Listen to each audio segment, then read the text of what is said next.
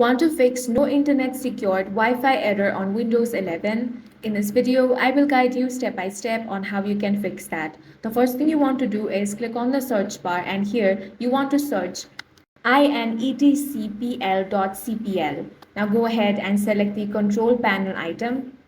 Once it opens up, you want to click on the option of connections. Here select LAN settings. Now you will find the option use a proxy server for your LAN.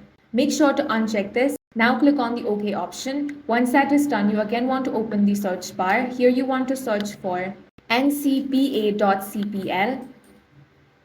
Now click on that. Here find the option of Wi-Fi and right click on that. Now you want to click on properties.